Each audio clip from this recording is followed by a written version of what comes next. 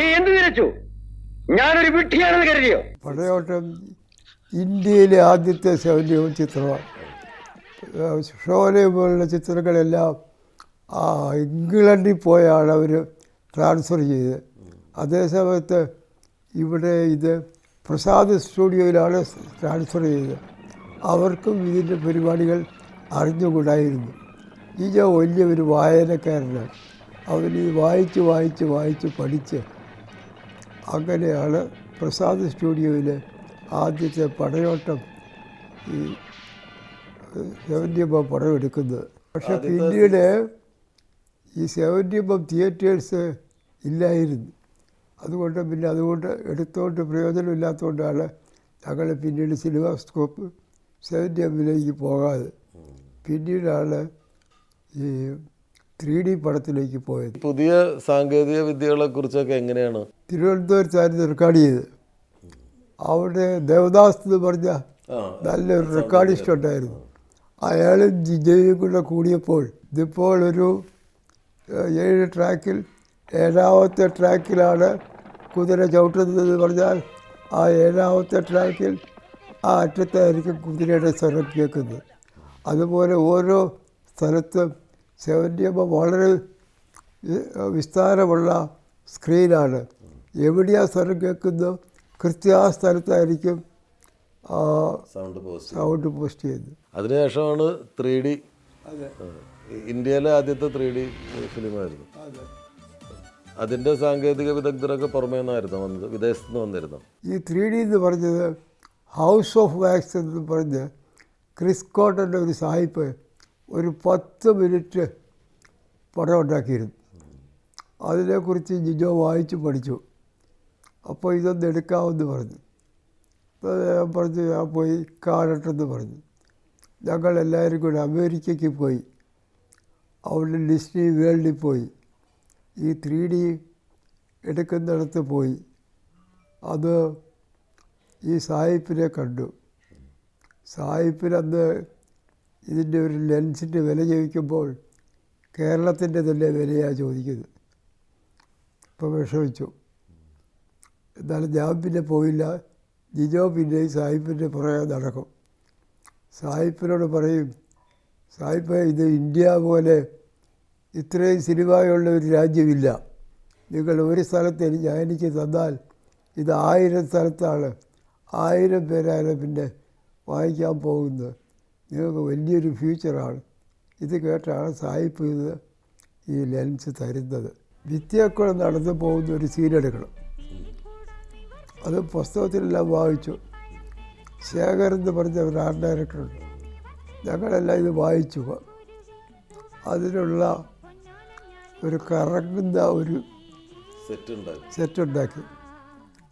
അതിന് ഇപ്പോൾ ചേർത്തലയുള്ള ഒരു ഗവൺമെൻറ് ഫാക്ടറിക്കാരന് അവന് കോൺട്രാക്റ്റ് കൊടുത്തു.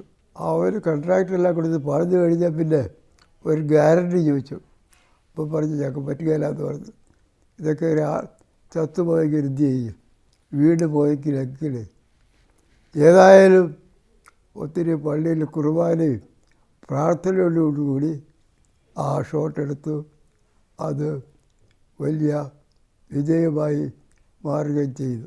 നവോദയയുടെ ബാനറിൽ കുറേ സിനിമകൾ ഉണ്ടായിട്ടുണ്ട്. അതിൻ്റെയൊക്കെ മാർക്കറ്റിംഗ് ഭയങ്കരമായിട്ട് അത്ഭുതപ്പെടുത്തിയിട്ടുണ്ട്. ഈ കുട്ടിച്ചാത്തൻ എന്ന് പറഞ്ഞ സിനിമയിൽ പക്ഷെ അത് മാത്രം പോരായിരുന്നു. കുട്ടിച്ചാത്തനിൽ കണ്ണട കാണാൻ വരുന്ന ആളുകൾക്ക് കണ്ണട കൊടുക്കണം, അത് അവരിൽ നിന്ന് തിരിച്ച് കളക്ട് ചെയ്യണം, ഈ കണ്ണടകൾ ഉണ്ടാക്കണം. എങ്ങനെയായിരുന്നു അത്? എങ്ങനെയാണ് അങ്ങനെ അത് പ്ലാൻ ചെയ്യുമ്പോൾ ഒരു ഭയം തോന്നിയില്ലേ? ഇത്രയും ലക്ഷക്കണക്കിന് ആളുകൾ ഈ സിനിമ കാണണമെങ്കിൽ കണ്ണട വയ്ക്കണം. ഈ പടം ഉണ്ടാക്കി കഴിഞ്ഞപ്പോഴത്തേക്ക്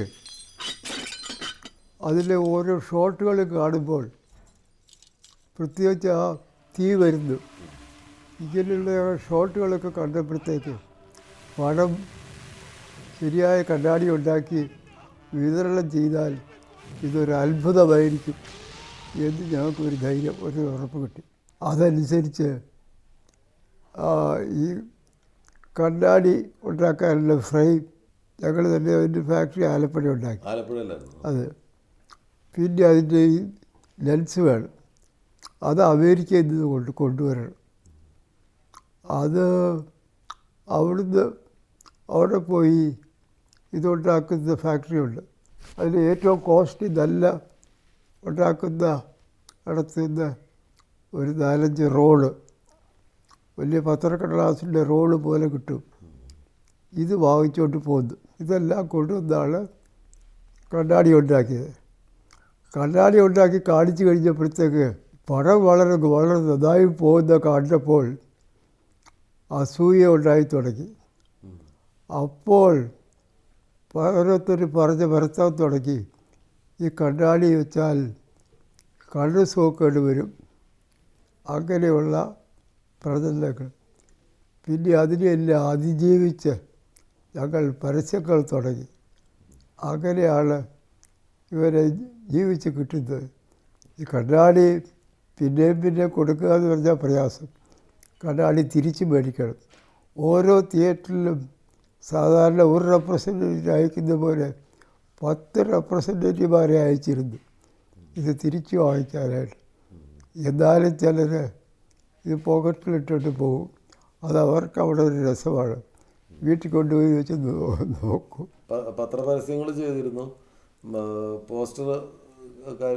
പോസ്റ്റർ ചെയ്തിരുന്നു. അന്ന് പിന്നെ വേറെ ഒരു പരസ്യമാർഗ്ഗങ്ങളും ഉണ്ടായിരുന്നില്ലല്ലോ അല്ലേ? ഈ മൈക്ക് അനൗൺസ്മെൻ്റ് ഒക്കെ ആ കാലത്ത് ഉണ്ടായിരുന്നല്ലോ. ഉണ്ടായിരുന്നു. ആ കാലത്ത് മൈക്ക് അനൗൺസ്മെൻറ്റ്, പിന്നെ പടത്തിൻ്റെ റിലീസിൻ്റെ തലേദിവസം ആലയും അമ്പാരിയായിട്ട് ടൗൺ മുഴുവൻ ചുറ്റി നടക്കുക, ഇങ്ങനെയുള്ള ഒക്കെ ഉണ്ടായിരുന്നു. ഒരു സിനിമയുടെ പ്രൊഡക്ഷൻ കോസ്റ്റിൽ സാറൊക്കെ തുടങ്ങിയ കാലത്ത് നിന്ന് പിന്നീട് ഇപ്പം എത്തി നിൽക്കുമ്പോൾ അവസാന സിനിമ മാജിക് ആയിരുന്നല്ലോ അല്ലേ? അതെ.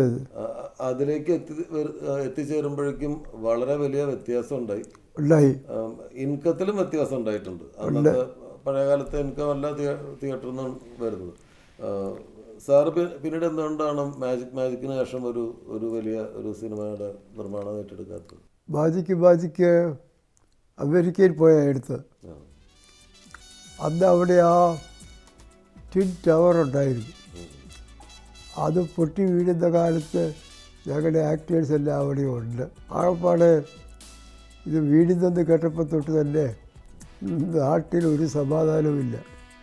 ഇതിൽ ആക്ട് ചെയ്യാൻ പോയവരിൽ വീട്ടുകാർ വിളിക്കാൻ തുടങ്ങി, ഓരോരുത്തരും വിരിക്കാൻ തുടങ്ങി. 2-3 ദിവസം കഴിഞ്ഞാണ് ഈ വിവരം കിട്ടുന്നത് ഇവരെല്ലാം ജീവിച്ചിരിപ്പുണ്ടെന്ന്. ഇതുപോലുള്ള ധാരാളം റിസ്കുകളൊക്കെ എടുത്താണ് അന്ന് ഇതൊക്കെ ചെയ്തുകൊണ്ടിരുന്നത്, ഈ കണ്ണാടിയൊക്കെ ഉണ്ടാക്കുന്നത്. പിന്നെ ഈ റിസ്ക് എടുത്തു, അതിൻ്റെ ആ ഒരു മേന്മയെല്ലാം കിട്ടി. പിന്നെ എന്നും ഇതുപോലെ ചിലവ് ചെയ്തുകൊണ്ടിരിക്കാനും ഒക്കത്തില്ല. അതുകൊണ്ട് പിന്നെ ഞങ്ങൾ അതിനു വേണ്ടി പോയിട്ടില്ല. ഈ സമയത്താണ് ധാരാളം സിനിമാക്കാരിൽ ഉണ്ടായി. എല്ലാവരും അങ്ങോട്ടും ഇങ്ങോട്ടും മത്സരിക്കുമായിരുന്നു. നടീനടന്മാർക്കെല്ലാം ഞങ്ങൾ ഇഷ്ടംപോലെ കാശ് കൊടുത്തുകൊണ്ടാണ് ഈ മത്സരം നടക്കുന്നത്. അതിനൊന്നും യാതൊരു കുറവുമില്ലായിരുന്നു. പ്രൊഡ്യൂസർ എപ്പോഴും അതിൻ്റെ പ്രൊഡ്യൂസറായിരുന്നു. പിന്നീട് ഈ പ്രൊഡ്യൂസറെ ഭരിക്കാനായിട്ട് തുടങ്ങി. അപ്പോഴാണ് ഞങ്ങൾക്ക് ആ പ്രൊഡ്യൂസർ ഇല്ലാതായിപ്പോയത്. പക്ഷേ ഈയിടെ അതിൻ്റെ ഒരു ട്രെൻഡ് മാറി വരുന്നുണ്ട്. നിർമ്മാതാക്കൾക്ക് പുതിയതായിട്ട് നിർമ്മിക്കുന്ന നിർമ്മാണ രംഗത്തേക്ക് വരുന്നവരോട് അവർക്ക് കൊടുക്കാനുള്ള ഉപദേശം എന്താണ്? പ്രൊഡ്യൂസറാണ് പണം മുടക്കുന്നത്. അപ്പോൾ ഈ പണം മുടക്കുന്ന ആൾക്ക് അതിൻ്റെ അധികാരവും അവകാശവും എല്ലാം അയാൾക്ക് വേണം. അതുകൊണ്ട് പ്രൊഡ്യൂസേഴ്സ് എല്ലാവരും അതിൻ്റെ ബഡ്ജറ്റും കാര്യവും ബില്ലും എല്ലാം ഇട്ട് ചെയ്താലേ ഇത് ഗുണമാകുകയുള്ളൂ. ഏതായാലും താങ്കളുടെ വിലയേറിയ സമയത്തിന് നന്ദി.